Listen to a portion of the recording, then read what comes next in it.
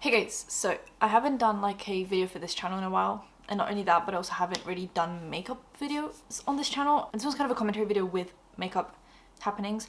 Please ignore the spot on my face. It hurts like hell, and it's also just like bang in the middle of my face. I'm gonna discuss a certain topic today that I think is really interesting for kind of the climate of paid partnerships and everything. It's about FTC guidelines, it's about all the influencers, and it's also about a bunch of new makeup that I got recently and I've been just trying out.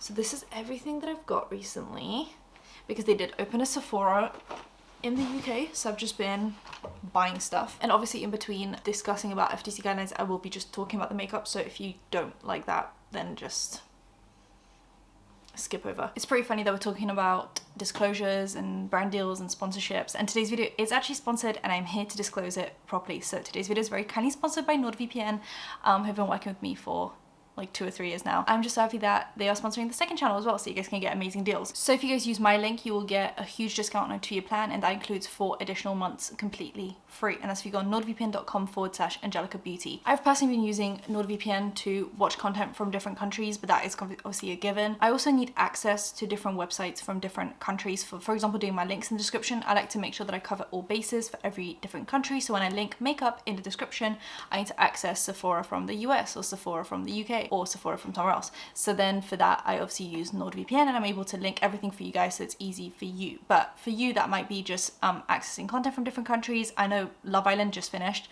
and everyone was using a NordVPN to watch the British one because that is the far superior one. So if you guys want to kind of tag along with that, obviously click the link in the description. Other than that, NordVPN obviously protects your online safety and security. They have many different features, for example, threat protection, which protects you from malicious sites, downloads, or trackers, or even intrusive ads, which we know that pop up all the time when you access just like the wrong website by accident, and suddenly you've just got a bunch of different pop-ups appearing on your screen. They have 24/7 support as well, which means that if you have any issues, you can just resolve that pretty much immediately. They have a strict no logs policy, so your access is completely safe and secure and private. You have access to over 5,400 different servers from 60 plus different countries, so you can enjoy pretty much any content from any country. And with this one account, you can connect to up to 6 devices. So that pretty much covers your tablets, your phones, your PCs, your laptops, so you don't have to worry about any of that. So like I said, if you guys use the link in the description or just go on nordvpn.com/Angelika Beauty, you will get a huge discount on a 2-year plan with 4 additional months completely free. And that is the best deal you can get online right now. So make the most of it, and let's get into me discussing FTC guidelines and proper disclosures like I just did now. Let's get into it. So let's just get into it. I'm gonna use the Glowish Blur Jam silicone free smoothing primer. I think this is actually really nice and it just looks like jam. So I feel like we kind of went through this a few years ago with kind of the Morphe affiliate links and just in general affiliate links that people weren't really doing. Like that was really the problem of it all, that people weren't doing it. People that mainly got called out were like Manny MUA, Laura Lee, Nikki Tutorials, Jaclyn Hill. I remember when Jaclyn Hill got called out, and now she's being called out obviously again by all her old friends, and they are mentioning how at the time of her being kind of called out, she would try and move the attention away from herself. And I feel like afterwards it was kind of taboo, like very taboo, to not follow kind of the FTC guidelines and do as you should. I'm using my Glossier stretch concealer, and I feel like since then people have really taken the time and effort to disclose where necessary, but that kind of all stopped when TikTok came around. I don't know, there was something about TikTok that made people not want to be honest, and I think because it's short form content, it feels like you don't have to be honest, or maybe because the app is full of children who just believe every word, kind of like we did when influencing first came around. We believed the Jaclyns, the Mannies, when they were saying that they just love these products so much. I actually recently got a lot of complexion products. I got the Glossier foundation, which absolutely sucks. I don't know if it's just my skin. I used this once and I hated my makeup look, so I'm not using that today.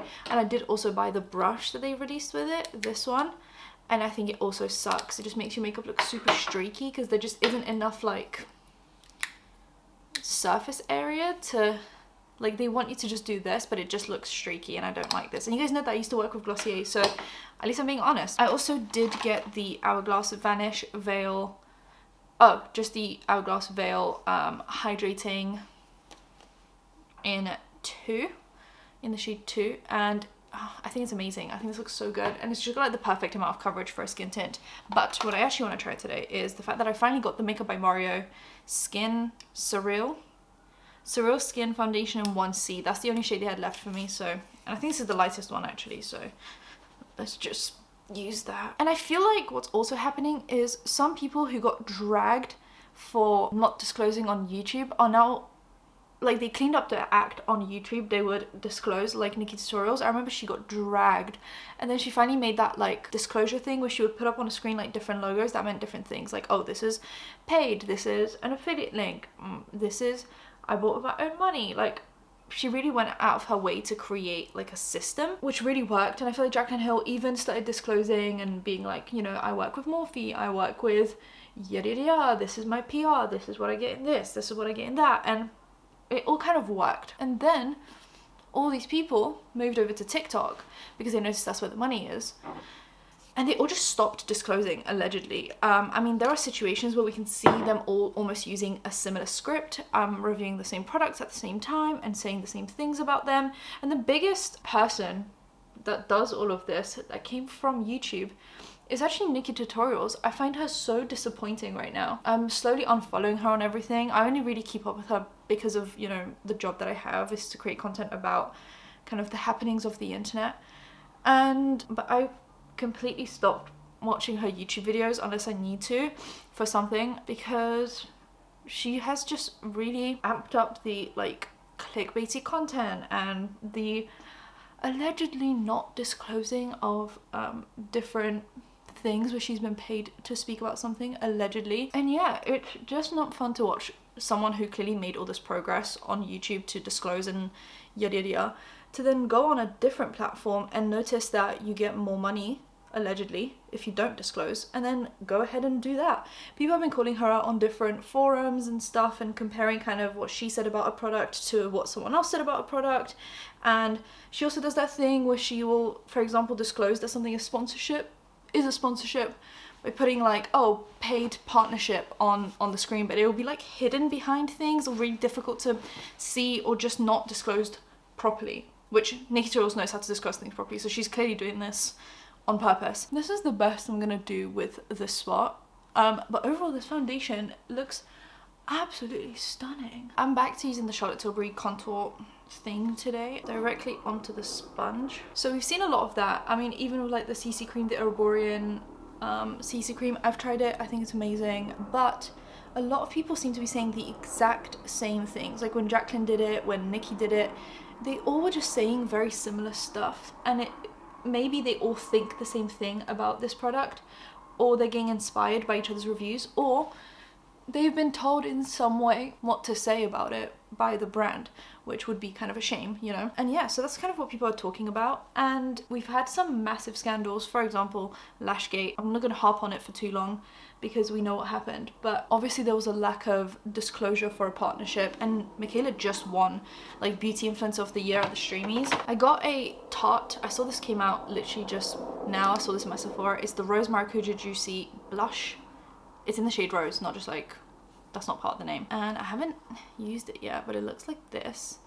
It's got some shimmer in it, and this is a new product they've come out with, so I'm just gonna try that. It doesn't have a scent or anything, so... Oh! It's like, putty. Oh my god, I like picked up way too much. It's like...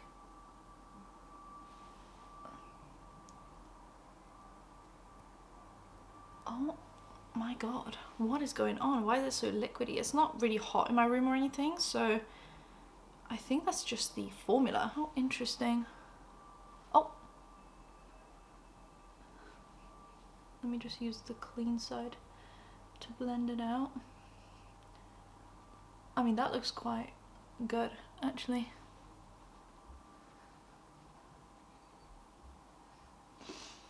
Yeah, that looks really nice. I've just picked up way too much. Oh my god.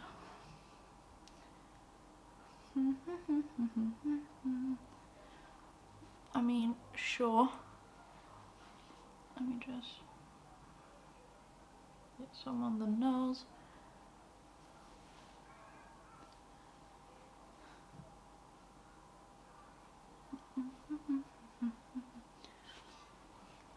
think that looks really nice. Okay, so this is such a weird formula. This looks so messy. I'll play around with it some more. I mean, so far I think it looks fine. Like, it looks really nice actually. I think it blended out really well, and it looks like the perfect amount of dewy, and it's still not like overly pigmented, but pigmented enough where it obviously shows up. But I was able to like manage and salvage this whole situation pretty easily. But yeah, this is such a weird formula. I hope it doesn't touch the mirror. Let me open it again and just see how that looks on the inside, because I feel like this product's gonna get really messy really easily. Okay, so it didn't get on the mirror, but it looks like it's melting. Like, as we speak, it's like melting. I mean, I guess that'll be easy to blend out for that reason, but that's a lot of melt and dew. Like I said, Michaela recently won the, just literally like yesterday or today, won the Streamies for best beauty influencer. She literally had the biggest lie scandal for a paid partnership that we've like ever had. I don't think there's been a bigger one than that one, and she has won, which is interesting. It's an interesting choice, definitely. That kind of sparked a bigger thought inside my head of like, does anyone care?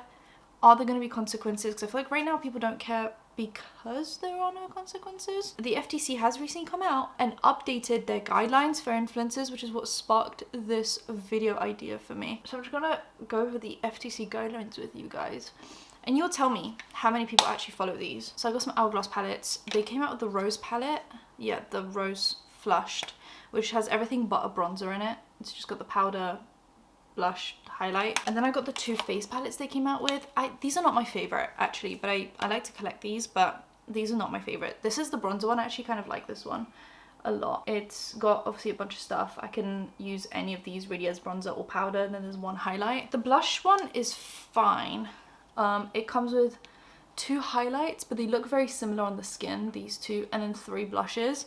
They're like fine. I just think they're too like deep and orangey for my skin type, but they're fine. And then just one powder, which is okay. Also dabbled in the House Labs. We've got the bronzer. I think it's amazing.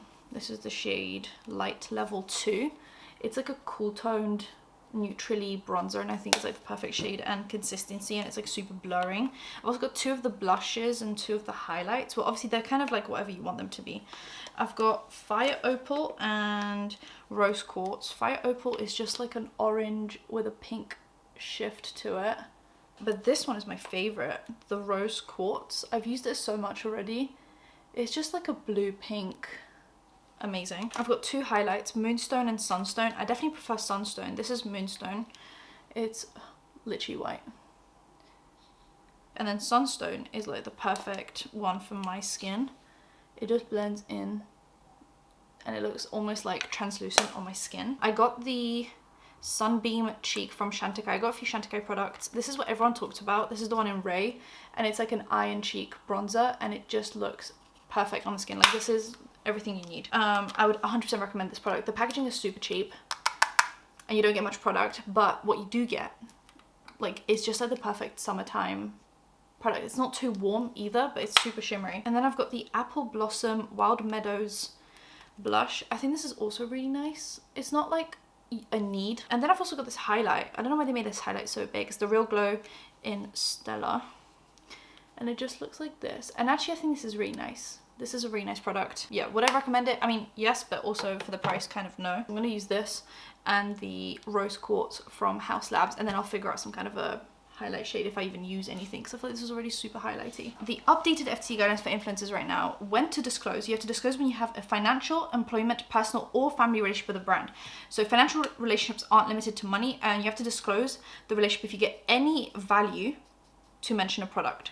So whether that be you get free products in return, you get a brand trip, you get money, you get an affiliate link, anything, you have to disclose all of that. We kind of already knew this, but I feel like sometimes people are like, oh, you don't have to disclose if it's just for free products in return. You don't have to disclose if it's a brand trip. No, anytime you get anything that's worth any kind of money, has any value, you have to disclose. So whenever people go on these brand trips, etc., they have to disclose that they are getting that brand trip for free, and that's why they're mentioning these products. But I feel like brand trips are pretty obvious. Like whenever you see a lot of people go on the same brand trip, you assume that the brand paid for it. If a brand gives you free or discounted products or other perks, and then you mention one of its products, make a disclosure even if you aren't asked to mention that product.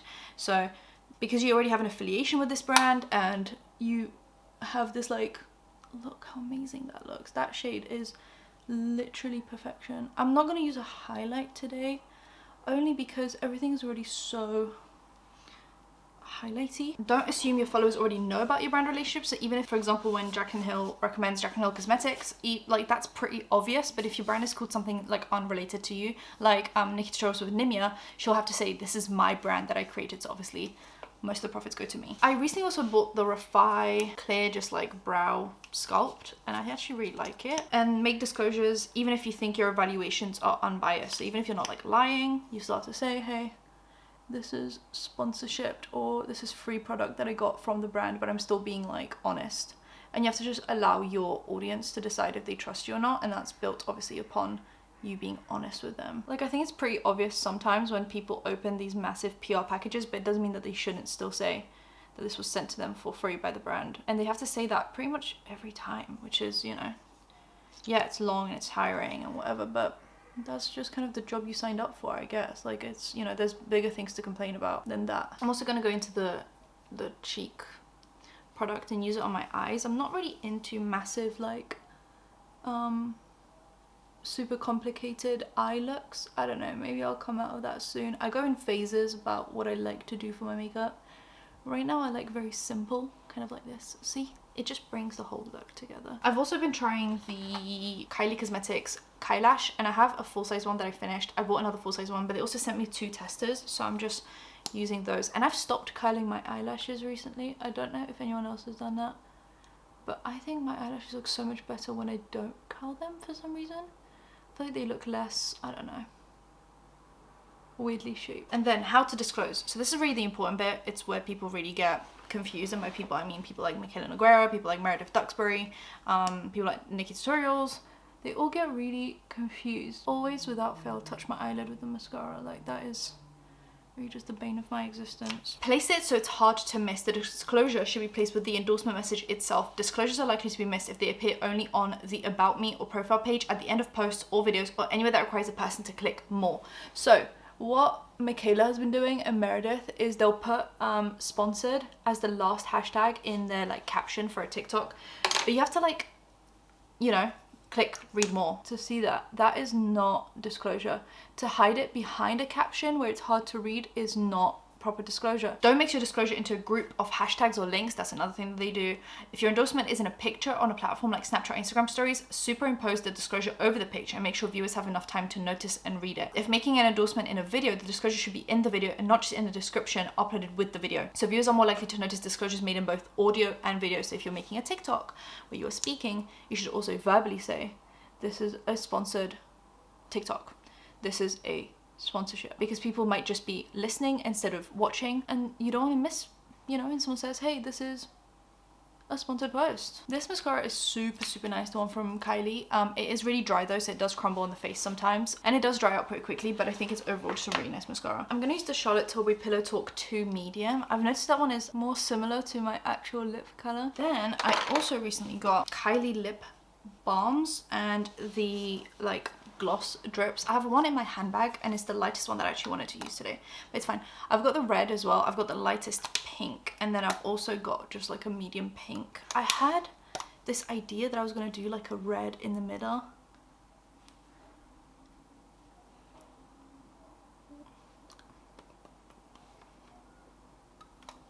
I've got Besitos and I've got Playfully Pink. I've used Besitos before. It's kind of like a reddish. I might use that one again actually. I'm really into this like look.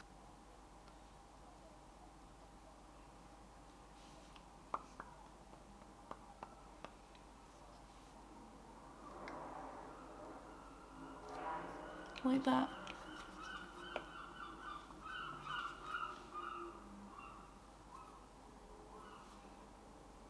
And I was actually, for the sake of disclosure, sent a bunch of Urban Decay stuff. So you guys know I was really obsessed with Space Cowboy. This is my own personal one that I bought myself. You can see how used up it is. I've like got a dip in there. They sent me 2 more of these, and they sent me 2 full-size all-nighters, the new ones, the vitamin C ones, and 2 travel-size ones. I've used the big one of this, but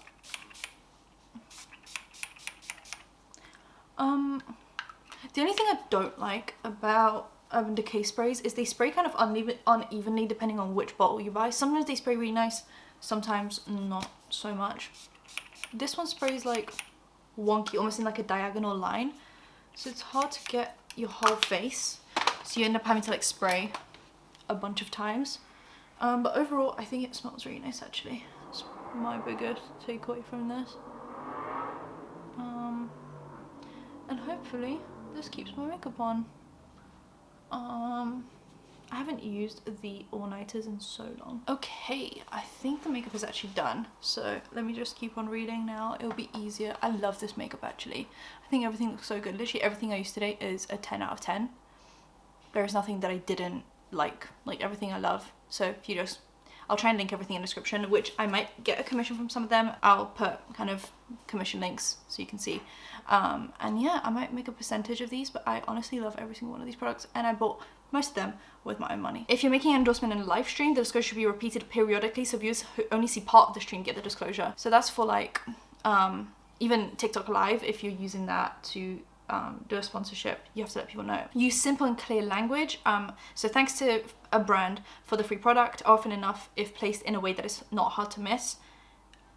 That is hard to miss, not hard to miss. So terms like advertisement, ad, or sponsored are also really good. On a space limited platform like Twitter, the terms partner or ambassador are also options, but not for longer form content. So even TikTok now is considered longer form, where you are able to fit in, hey, I'm sponsored by this brand, and not just partner or ambassador, which is what a lot of people have been doing on TikTok to get kind of around that. It's fine, but not necessary to include a hashtag with the disclosures such as ad, hashtag ad or hashtag sponsored. Don't use vague or confusing terms like SP, spawn, or collab, or standalone terms like thanks or ambassador, and stay away from other abbreviations and shorthands when possible. And it should be in the same language as the endorsement itself. Don't try and be, you know, sneaky. And don't assume that a platform's disclosure tool is good enough, but consider using it in addition to your own good disclosure. So for example, people have been using the paid partnership thing on TikTok instead of just saying that it's a sponsored post, and that's not enough on its own. You can't talk about your experience with the product you haven't tried. If you're paid to talk about product and thought it was terrible, you can't say it's terrific, and you can't make up claims about a product that would require proof the advertiser doesn't have. So for example, like scientific proof for some kind of health, like treating some kind of health condition or something.